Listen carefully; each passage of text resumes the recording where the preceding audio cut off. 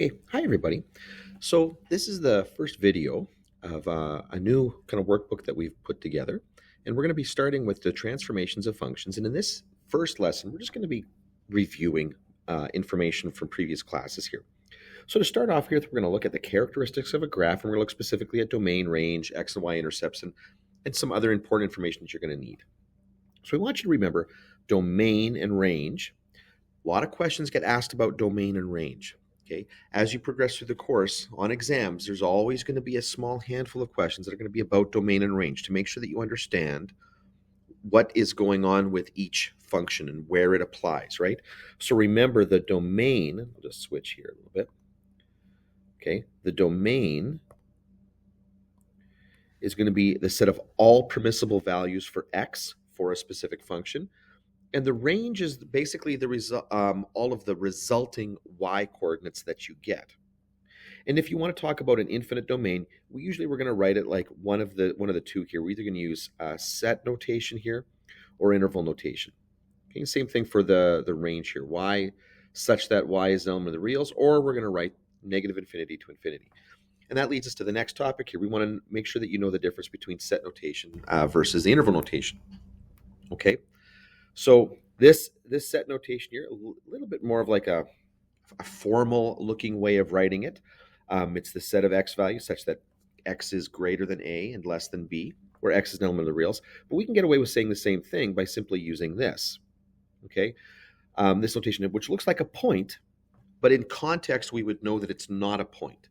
Okay, this is the same thing as this right there. The parentheses there mean that we are not including those endpoints. So we're not including the a and the b, but it's going to be everything in between. So we always have the smaller number to the left and the larger number to the right. Okay, so in all of these cases here, a is going to be less than b, so that we read this thing left to right. If you want to include the endpoints like you would in the set notation here, we simply use the square brackets, and that includes the endpoints here. If we're going to say, okay, if we're going to say that we're going to go off to an infinity in one direction, like we might say less than a or greater than b, then using the interval notation, we would use something like this, okay? And then the union, remember the union means we're putting these together. That's the or. And remember that we don't use square brackets for infinity. Okay, infinity is not a real number in the same sense as a lot of the other values that we're going to be working with. Infinity is a little bit different, so we're not going to get there. Okay? So you want to use either one of those. And like it says there in the note here, if you're going to get full marks on that diploma, you've either got to commit to one or the other for those the way you write it. And it doesn't really matter. Intercepts. The x-intercept is the point on the graph that lies on the x-axis. The y-coordinate is going to equal 0, so it's always going to look like that. Okay? Always going to look like that. The y-intercept is a point on the graph that lies on the y-axis. The x-coordinate is going to equal 0. So we're going to get a graph that looks like that. A point that looks like that. Okay? So we just need you to remember that. And those are important here. Okay? You get the y-intercept basically by something went a little weird here. By evaluating an expression. And this is actually pretty easy.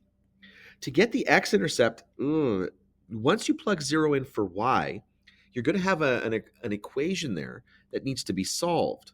Okay, so you need to solve the equation to get the x-intercept, and that can be hard. In fact, we spend a lot of time in high school trying to figure out how to solve a whole bunch of different equations to help you out with that. Some other things we want you to remember here: shape of the graph, what these things look like. One of the things we're going to talk about here is end behavior, which basically refers to what is the graph doing when you go really, really far to the left or the right. Okay? Actually, I should say left and the right, because that's how we're going to describe it here. So what we're looking for here is your quadrants. Remember, this is quadrant 1, 2, 3, 4. And when we talk about end behavior, what I'm talking about here is when you go to the left, are you in quadrants 2 or 3?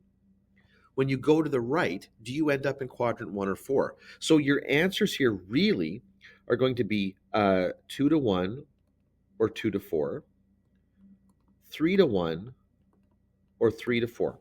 And if you don't remember, there are some actual rules that are going to dictate. You can tell by looking at an equation which one of those is true for a given function here. We will talk about that more in a lot more detail later on in a lesson later on in this course, but it's just something to consider here. Okay.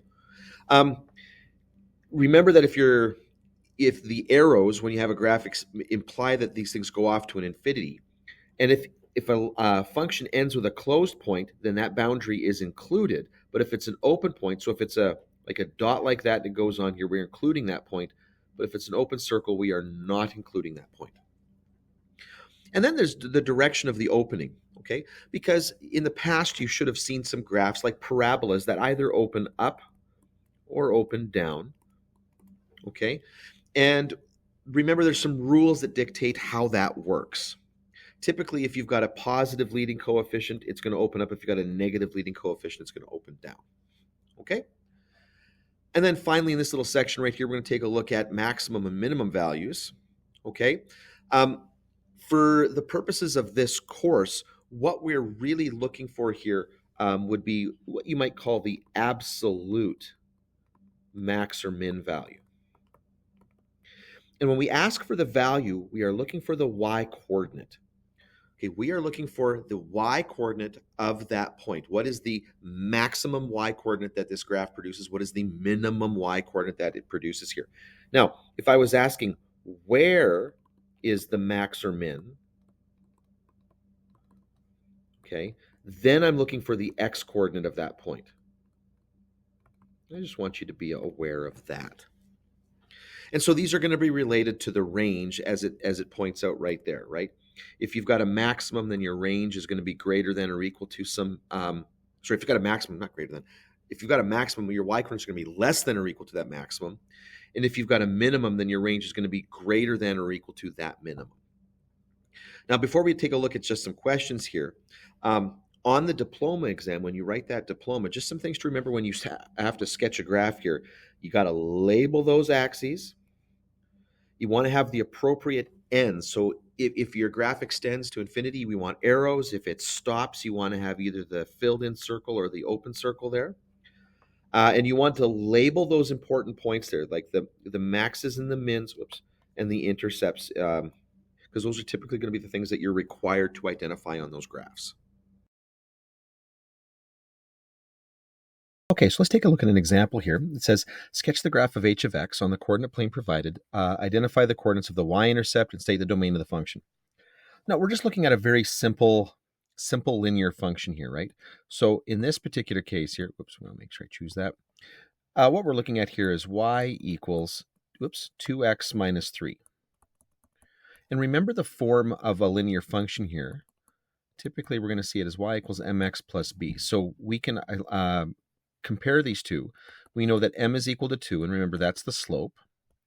And b is going to equal negative 3, and remember this is the y-intercept. So we know that this graph is going to start at negative 3 on the y-axis. We'll make a little dot right there. And it's got a slope of 2, meaning that for a rise of 2 units, so 1, 2, I'm going to go over 1. Now, technically speaking, I only really need 2 points to draw a line. Practically speaking, I know people need more than that. So what I would do is I would go and fill in all the points that I can on this graph here. So up 2 over 1, up 2 over 1, and keep going. Then I'd go backwards, down 2, left 1, down 2, left 1, down 2, left 1. And away we go. And then I can comfortably connect all my dots. And that's as good as I'm going to make it there. Now, I want to put arrows on the ends here because I know that this thing is going to continue on. I know that my y-intercept, we've just said it here, is going to be negative 3. I know that my slope is going to be 2. But more importantly, the question asked for my domain. And so my domain is going to be all reals, okay? We're going to extend from negative infinity out to positive infinity. Okay, and there you go. Oh, okay, I was supposed to put those down at the bottom there. Okay, so be it, whatever. Next question here. We're going to graph the x minus 3 squared minus 2. We want to clearly label everything on our grid here. So first thing we're going to do is we're going to come up with some axes here. I'm just going to grab a couple of lines. Not too worried about it. Okay, but I want things labeled here. So I'm going to call that y. This is my x. Now, I know this is a parabola, and I know that the vertex is going to be the point here, or actually I won't do it like that. I'll just say my vertex is going to be the point positive 3, comma negative 2. Now, that is presumed knowledge in this lesson. We're assuming you've seen that before. Now, when I graph this, the first thing that I want to do right now is I actually want to graph y equals just x squared. And I know that that's going to start on the origin. And when I go 1 unit to the right or 1 unit to the left of there, when I square 1, I'm going to get 1. So I'm going to go 1 over from the vertex, 1 up. If I go 2 units over, 2 squared is 4. So 1, 2, 3, 4. There's my next point. That's going to go over there. If I go 3 units over, it's going to go up to 9. So 4, 5, 6, 7, 8, 9. So I'm going to go up to there. And so this is what my parabola is going to look like if it was just y equals x squared. Now, what that x minus 3 and the minus 2 do is they take and they translate that so that the vertex is over here at 3, negative 2, so it's right there. But the shape of the parabola hasn't changed. There's been no stretch here. So if I go 1 unit to the left and right, I'm going to go 1 unit up. 2 units over is going to be 1, 2, 3, 4 units up. 3 units over, I'm going to go 9 units up. So 5, 6, 7, 8, 9. So right there, there's going to be another point right there. And so my parabola, my new parabola is going to look something like this. Okay, and there you go. I'm putting arrows on it.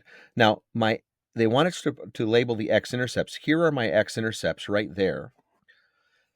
I don't know what they are. Let's take a quick moment here and let's see if we can figure this out. So my x-intercepts are going to be where y is equal to 0. So to get my x-intercepts, I'm going to solve for x. Now, that's always solving an equation. First thing I'm going to do is I got 2 terms on the right-hand side. I'm going to bring the 2 over. Then I'm going to take the square root. Now, you got to watch out for this because when you take the square root and you get this right here, this expression is actually incorrect. Remember, I am expecting to get 2 x-intercepts here. If I bring the 3 over, I am going to get 3 plus the square root of 2 is equal to x. That's only one number. So where did the other one go? Why can't I find that second one? The answer is because when I took the square root, I forgot to put down the plus or the minus. Okay? When I basically undo that on a variable, on an expression with a variable in the base, I don't know whether the base was supposed to be positive or negative, so I have to put that down there. And so those are my 2 x-intercepts, 3 plus root 2 or 3 minus root 2.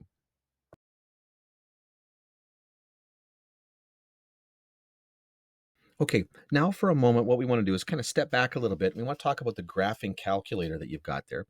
And it's likely going to be a Texas Instrument, either like the 83 or the 84, because that's the majority of what our students typically have here. But there are other calculators you can have that are just as good. But if you've got one of the other ones there, we're just going to need to you're going to need to go and do some research online how to do these individual things here. So if you press second and trace on the TI, value allows you to find the y coordinate given any x coordinate.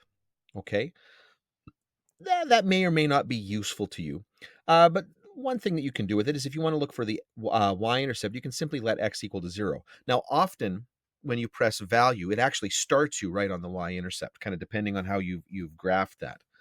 We're going to use 0 to find the x-intercept. But what you got to do is you got to go to the left and the right. And so what you do there is you create a little boundary. So on your graph here, maybe you've got something like this. If you're looking for this x-intercept here, what you do is you move the cursor to the left, press enter, move it to the right, press enter. And as long as the x-intercept is in between those 2 boundaries, the next time you press enter, it'll find that x-intercept for you. Where I've seen students get this wrong is they actually get left and right backwards. And then you're going to get an error. So just pay attention to the left and the right. That becomes a theme for a lot of these things. The next one that we're looking for here, if you're looking for the minimum, it will find the minimum value.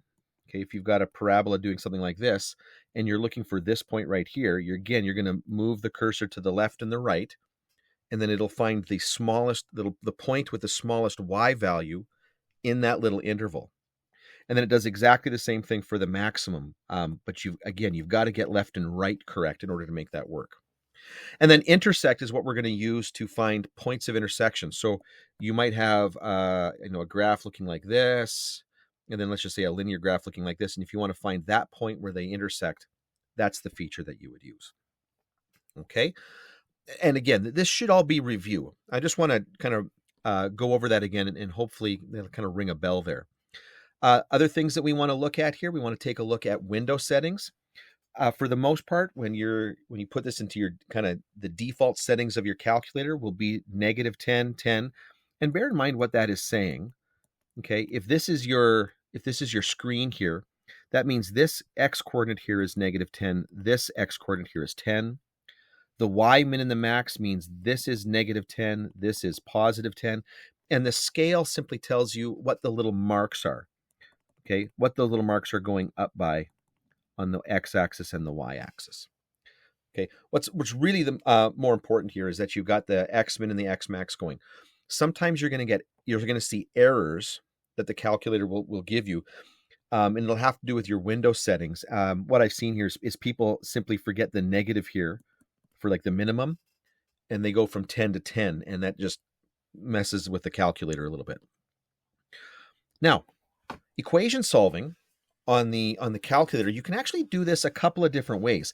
Let's say, for example, that you've got I don't know, let's say it's x squared plus x is equal to, I don't know, doesn't have to be anything special here.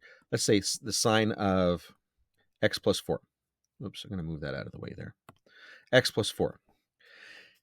I can solve this with my calculator by doing really one of two things here. I could graph x squared plus x, and then I could graph sine of x plus 4.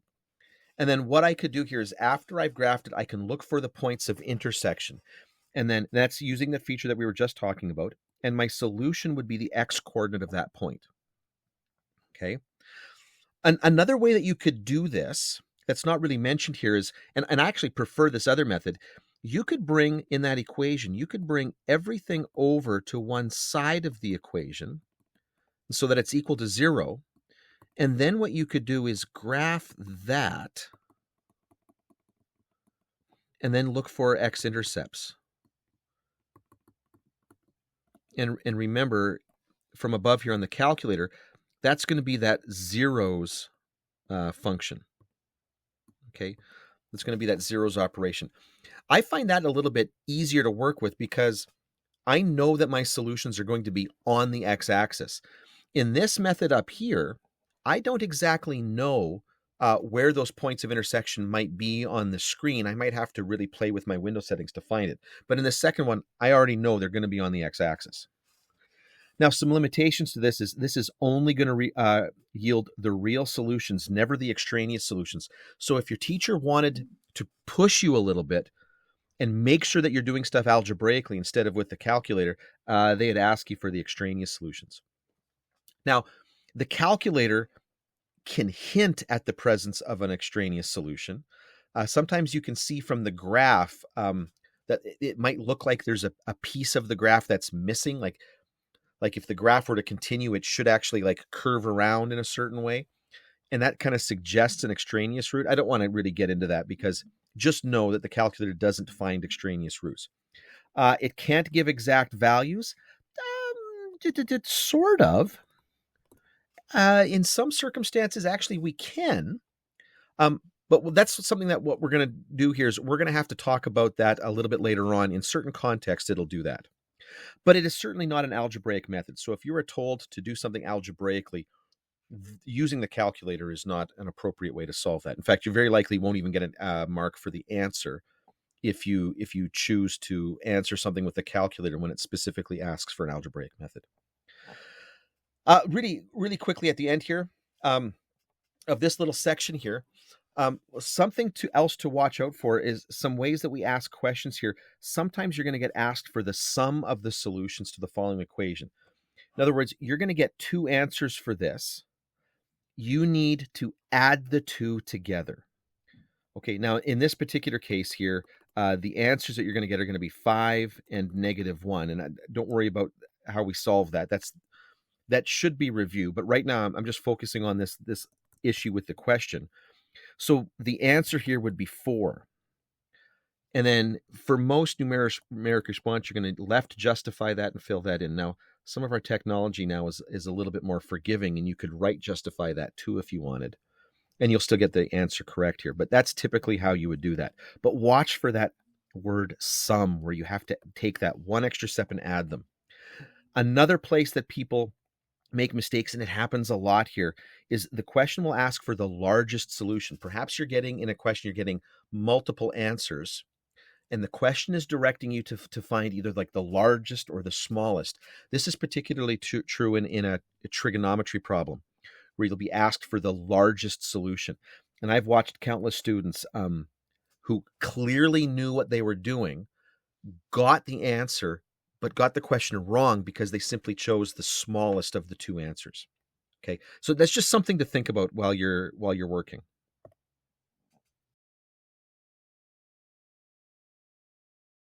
Okay, now finally in this video here, we want to take a little look at function notation. What I find is often students, when they get to this level here, feel fairly comfortable with function notation until we specifically ask them a question. And then all of a sudden things get a little bit unclear.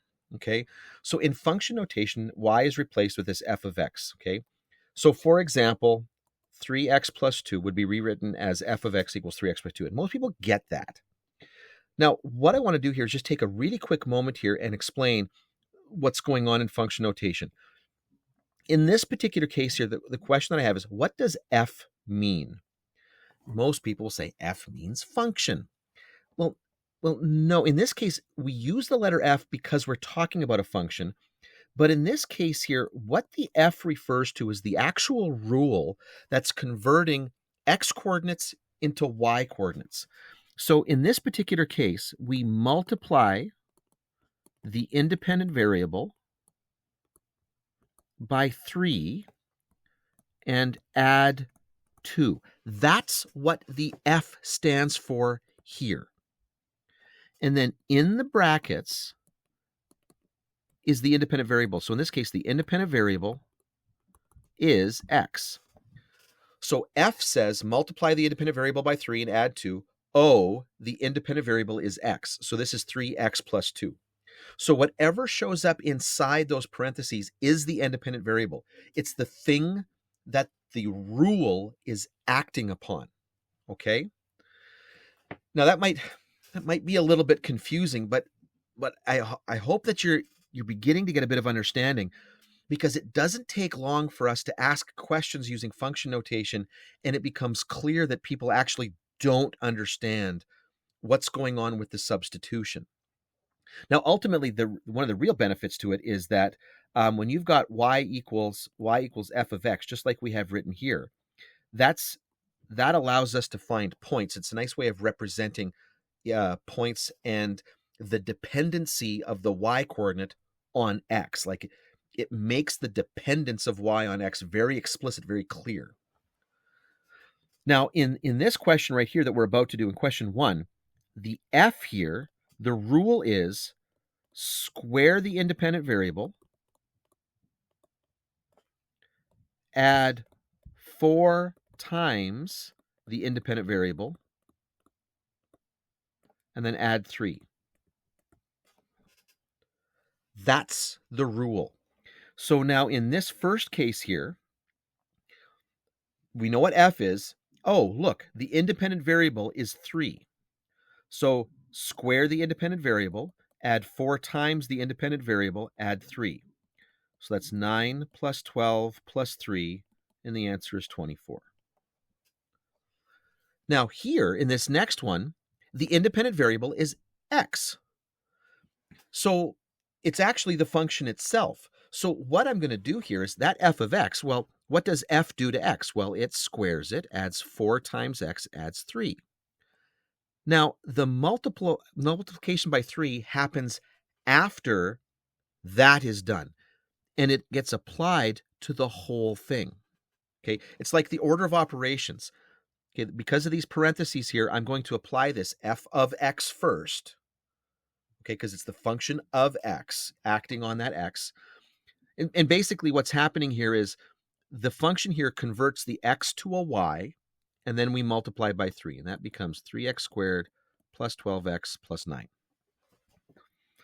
Over here, and this is the sort of question I was talking about, where this is what throws people off. What happens when I've got negative 3x in there?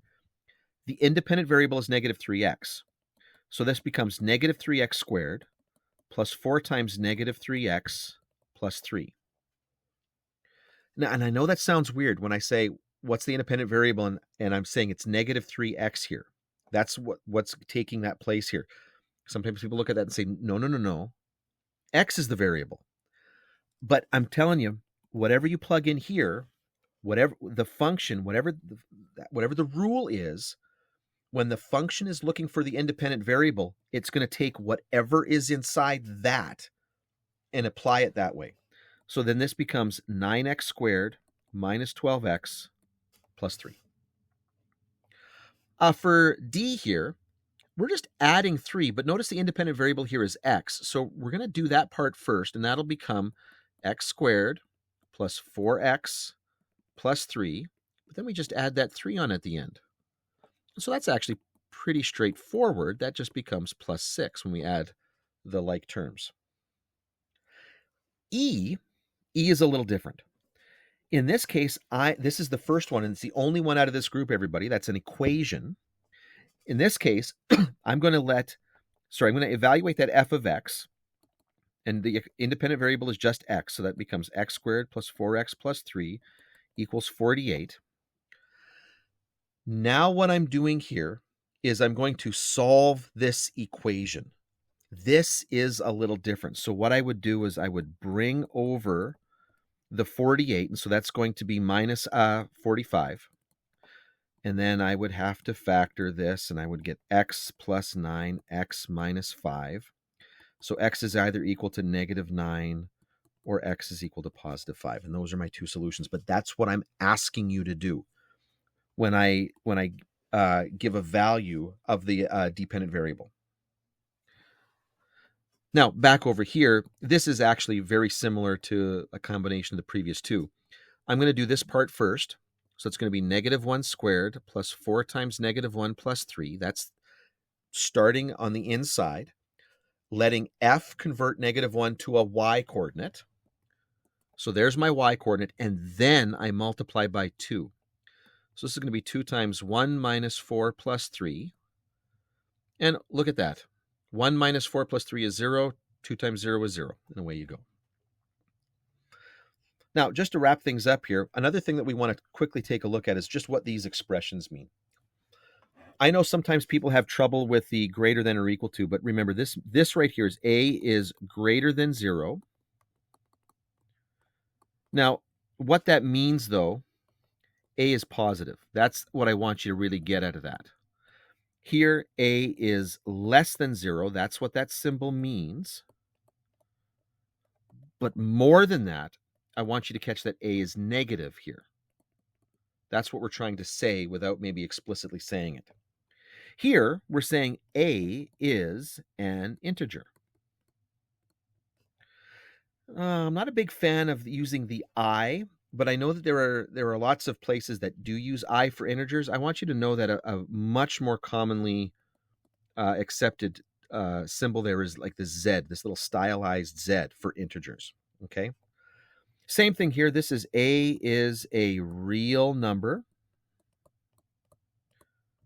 Sometimes you're going to see is an element of. Okay, this symbol also is element of. For those of you that have looked at set theory a little bit more, that probably makes more sense. If you haven't looked at set theory, that might be a little confusing. But we're saying here a is a real number. And again, another way of writing that symbol is kind of a stylized little r with an extra little line in it.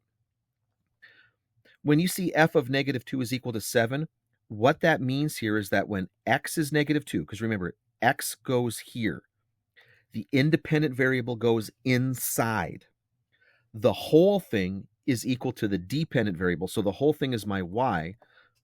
So what this means is the point, negative 2, 7, is on y equals f of x. Here, this next one's maybe a little bit of an odd one to throw on there. What is it I'm finding when I do f of 0? Well, just like I have written above here, that's where x is equal to 0. Well, that point is a y-intercept. So what this is saying here is that my y-intercept is less than 0, which basically means that the y-intercept, is negative. This one right here, if I'm telling you that that is equal to 0, I'm saying that the dependent variable y is 0, which means a is the x-intercept. Whereas this one right here, if x is equal to 0, then a is the dependent variable, so a is the y-intercept. And then down here, these are two little equations. Now, we're going to talk more about these specific equations later on in this course. But what we're saying here is, what we're asking for here is, what is x if y is either positive 1 or negative 1? There's two equations that we want you to solve. We want you to solve this one, and then we want you to solve that one. And we're going to find those specific x coordinates that do that. Anyway, just a bit of a brief introduction to this, get you thinking again about some of these ideas, things that you already know. The next lesson is going to start taking us into transformations of functions.